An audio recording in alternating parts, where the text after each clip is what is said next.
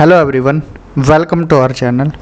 आप सभी से एक रिक्वेस्ट है, वीडियो को पूरा देखें क्योंकि आज का वीडियो वैल्यूएबल रहने वाला है, यूज़फुल रहने वाला है। जैसा कि यहाँ पर हमने पूरा ये पीडीएफ आपके सामने चलाया हुआ है कि आज हम क्या बातें करने वाले हैं। तो इस वीडियो में कि पीएचडी की तैयारी कैसे करें, कौन सी बुक्स फॉलो करें, क्या स्ट्रेटजी बनाएं, किस तरह से प्रिपरेशन करें कि हमारा एंट्रेंस क्लियर हो जाए। तो वीडियो को पूरा देखना है, स्किप नहीं करना है क्योंकि कोई भी पॉइंट छूटा तो फिर क्योंकि डाउट्स आते हैं स्टूडेंट्स के, इतने पूछते हैं कि सर कैसे तैयारी करें। तो इसी को लेकर आज हम ये वीडियो बना रहे हैं, तो आपके डाउट्स भी क्लियर हो जाएंगे। बाकी जो स्टूडेंट्स हैं एंट्रेंस देने वाले हैं उनकी यहाँ पर हेल्प हो जाएगी। अगर वीडियो अच्छा लगे तो इसको शेयर भी करना है बाकी स्टूडेंट्स के साथ। ऐसा नहीं है कि बस अपने तक ही रखना है, बाकी स्टूडेंट के साथ शेयर करना है। चैनल से अगर लग रहा है इन्फॉर्मेशन अच्छी मिल रही है तो सब्सक्राइब भी कर लेना और एक अच्छा सा कमेंट भी करना है जैसा आपको वीडियो लगे, ठीक है। तो स्टार्ट करते हैं। आज का हमारा टॉपिक रहने वाला how to prepare for the PhD entrance exam. PhD प्रवेश परीक्षा की तैयारी कैसे करें। देखिए एनईपी 2020 नेशनल एजुकेशन पॉलिसी 2020 के तहत काफ़ी यूनिवर्सिटीज़ तो नया पैटर्न है उसके हिसाब से अब एडमिशन लेगी पीएचडी का, लेकिन कुछ यूनिवर्सिटीज़ अभी भी एंट्रेंस एग्ज़ाम ले रही हैं। देखिए कोई रूल होता है, इम्प्लीमेंटेशन वो यूनिवर्सिटीज़ के ऊपर डिपेंड करता है। अभी भी जैसे स्टेट यूनिवर्सिटीज़ हैं, कुछ सेंट्रल भी हैं, वो अभी भी एग्ज़ाम ले रही हैं जैसे पहले लेते थे एंट्रेंस एग्ज़ाम। बाकी डीयू जेएनयू इन्होंने सर्कुलर जारी किया है कि जो एडमिशन लेंगे नए पैटर्न के आधार पर लेंगे। जो रिज़ल्ट 3 निकलेंगे नेट जेआरएफ के लिए नेट क्लियर और पीएचडी एडमिशन के लिए एलिजिबल, ठीक है। लेकिन जो बाकी यूनिवर्सिटीज़ पीएचडी एंट्रेंस ले रही हैं उसके लिए हम आपको बता देते हैं तैयारी कैसे करें। अब देखिए तैयारी कैसे करें, 2 पेपर होते हैं या एक ही पेपर होता है, उसमें 2 पार्ट होते हैं। रिसर्च मेथडोलॉजी शोध पद्धतियाँ, या फिर सब्जेक्ट स्पेसिफिक मीन्स आपका जो भी विषय है।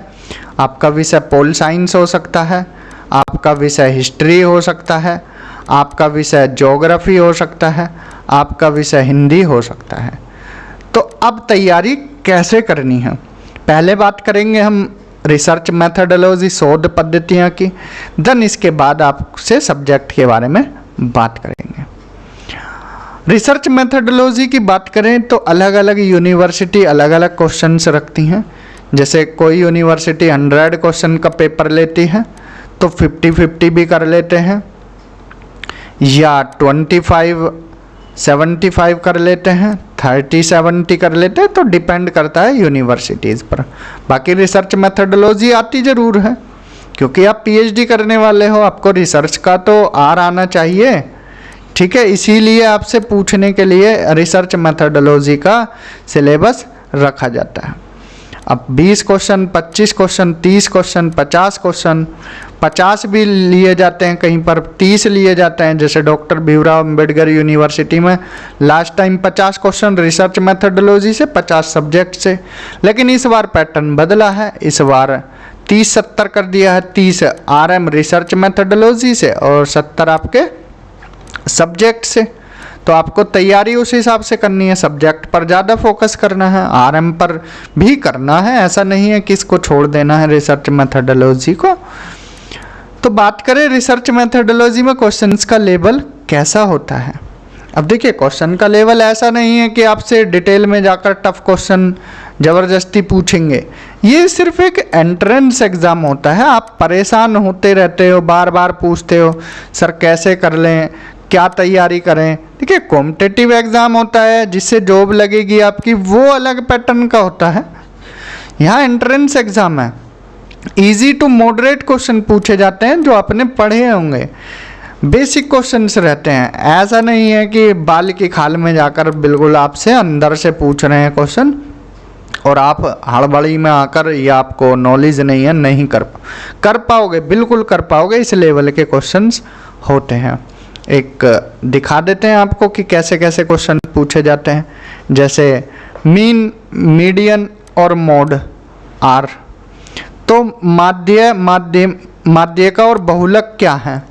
मेजर ऑफ डेविएशन, विचलन के उपाय, वेज ऑफ सैम्पलिंग, नमूनों के तरीके, या मेजर ऑफ कंट्रोल टेंडेंसी, नियंत्रण प्रवृत्ति के उपाय, या नन ऑफ दी अबव। तो इस तरह के क्वेश्चन पूछे जाते हैं। ठीक है, रिसर्च मेथडोलॉजी में इस तरह के क्वेश्चंस आते हैं। देखिए, रिसर्च मेथडोलॉजी के साथ साथ कुछ क्वेश्चन आईसीटी के भी पूछे जाते हैं। स्टूडेंट्स को गुमराह किया जाता है, कोई बोलते हैं नहीं आते हैं। देखिए, 2 से 3 क्वेश्चन पूछ लेते हैं, नहीं पूछते तो अभी आपको डेमो दिखा देते हैं कि कैसे पूछे जाते हैं। ठीक है, तो ऐसा नहीं है कि स्किप कर जाओगे, इस पोर्शन को भी पढ़ कर जाना है। सॉफ्टवेयर से रिलेटेड, ठीक है, आईसीटी से क्वेश्चन आ ही जाते हैं, इसलिए ये पोर्शन भी आपको पढ़ना है। तो यहाँ पर मीडियन मोड से पूछ लिया कि ये क्या है। तो ये क्या होते हैं? देखिए, यहाँ पर कंट्रोल टेंडेंसी नहीं, ये सेंट्रल टेंडेंसी के लिए यूज़ में होते हैं। तो इसमें नन ऑफ दी अबव आ जाएगा, ऑप्शन डी इसका करेक्ट आंसर होगा। ऐसे ही next question, last stage of research process, अनुसंधान प्रक्रिया की अंतिम चरण है, लास्ट स्टेज। अगर आपने स्टेप्स ऑफ रिसर्च पढ़े हैं, हमने भी कराया है, मैम ने भी कराया है, हिंदी मीडियम में भी कराया गया है, इंग्लिश मीडियम में भी कराया गया है, तो आप फॉलो कर सकते हो। रिसर्च के जो भी हमने लेक्चर्स बनाए हैं उनको फॉलो कर सकते हो। तो सिंपली पूछ लिया स्टेप्स ऑफ रिसर्च, इसमें क्या आएगा? रिपोर्ट राइटिंग क्या है? इसका अंतिम चरण है।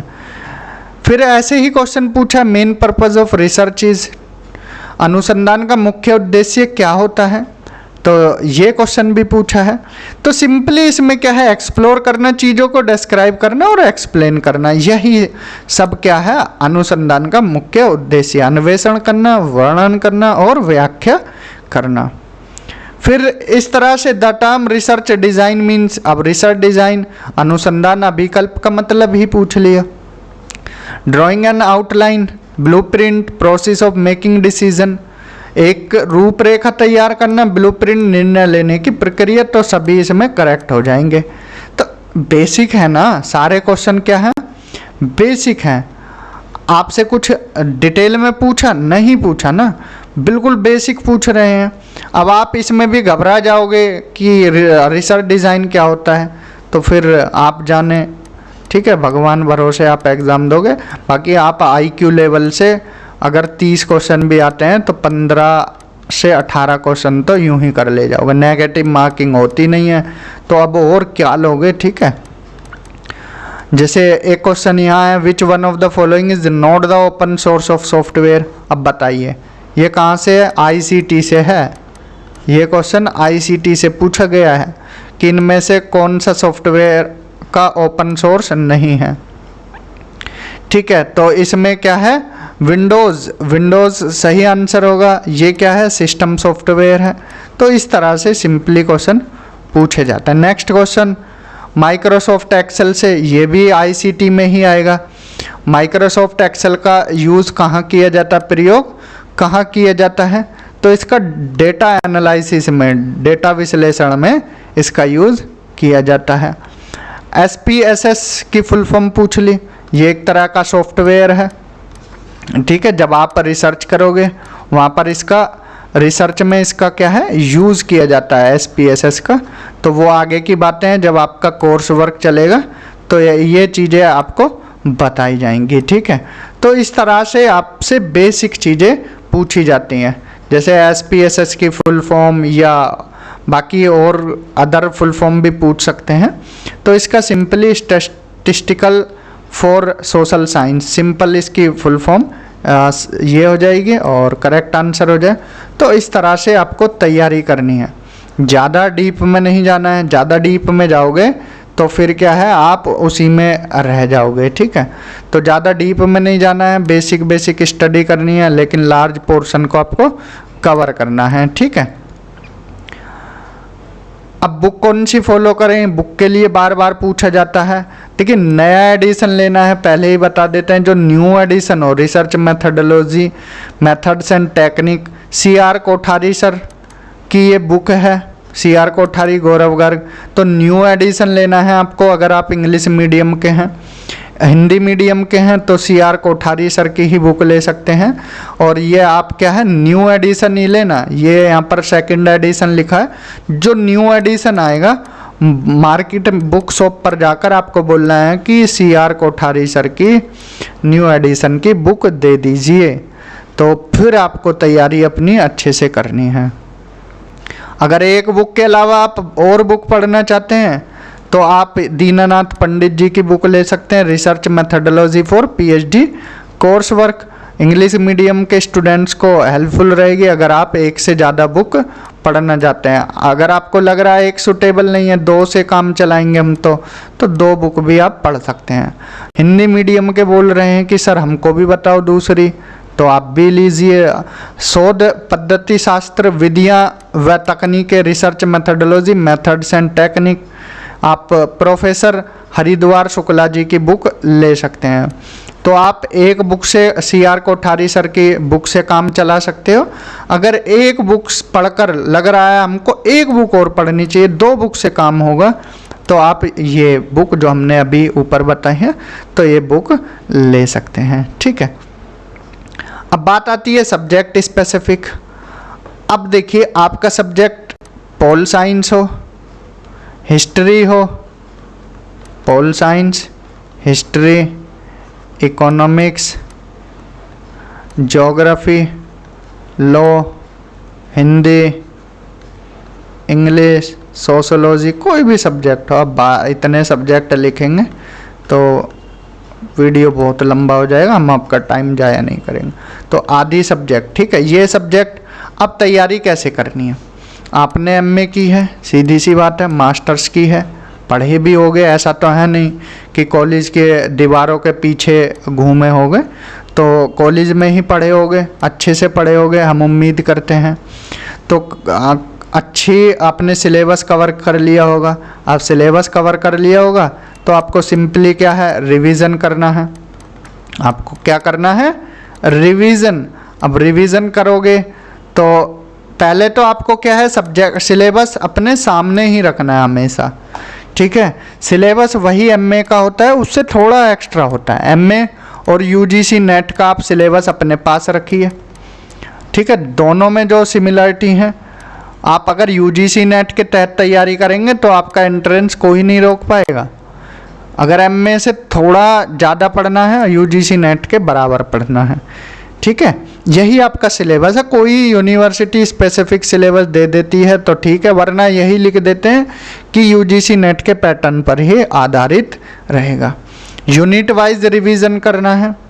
अब जैसे पोल साइंस है, यूनिट 1 में आपको टर्म्स दी गई हैं, ठीक है, टर्म्स।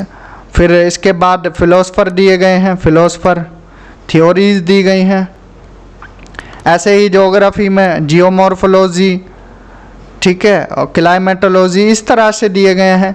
हिंदी में भी अलग सिलेबस है तो यूनिट वाइज आपको पढ़ना है। हिस्ट्री में भी आपको यूनिट वाइज पढ़ना है, लॉ में भी। तो सभी जो भी यूनिट वाइज आपका सिलेबस है वो देखना है, उसका रिवीजन करना है। देन इसके बाद मॉक प्रैक्टिस करनी है। मॉक हमने कराए हुए हैं रिसर्च मेथडोलॉजी के भी, और जिन सब्जेक्ट्स की हमको फैकल्टी अवेलेबल है तो हम उनसे बनवा रहे हैं, सीनियर फैकल्टी से भी।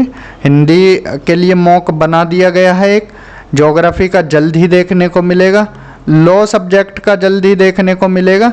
तो जैसे ही हमारे पास अलग अलग सब्जेक्ट्स की फैकल्टीज़ रहेंगी तो हम उनसे आपके लिए मॉक पेपर बनाएंगे। बाकी आप अपने आप से भी थोड़ा एफर्ट लगाइए।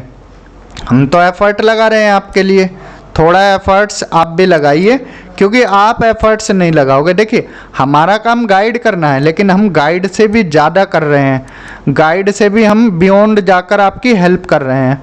गाइड का काम तो एक होता है कि रास्ता बताना, हम तो आपको रास्ते में जो कठिनाइयाँ आ रही हैं उनको भी हटाते जा रहे हैं ना।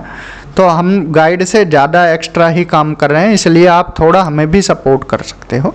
अगर लगे वीडियोस अच्छी लग रही हैं तो आप शेयर भी कर सकते हो और चैनल को सब्सक्राइब भी करा सकते हो। बाकी no need to study in depth, ज़्यादा डेप्थ में नहीं जाना है। जैसा कि हमने बताया, आपको सिर्फ सारे कॉन्सेप्ट्स को एक बार गो थ्रू हो जाना है, बेसिक चीज़ें जान लेनी है, वही सब आपके एंट्रेंस में आएगा।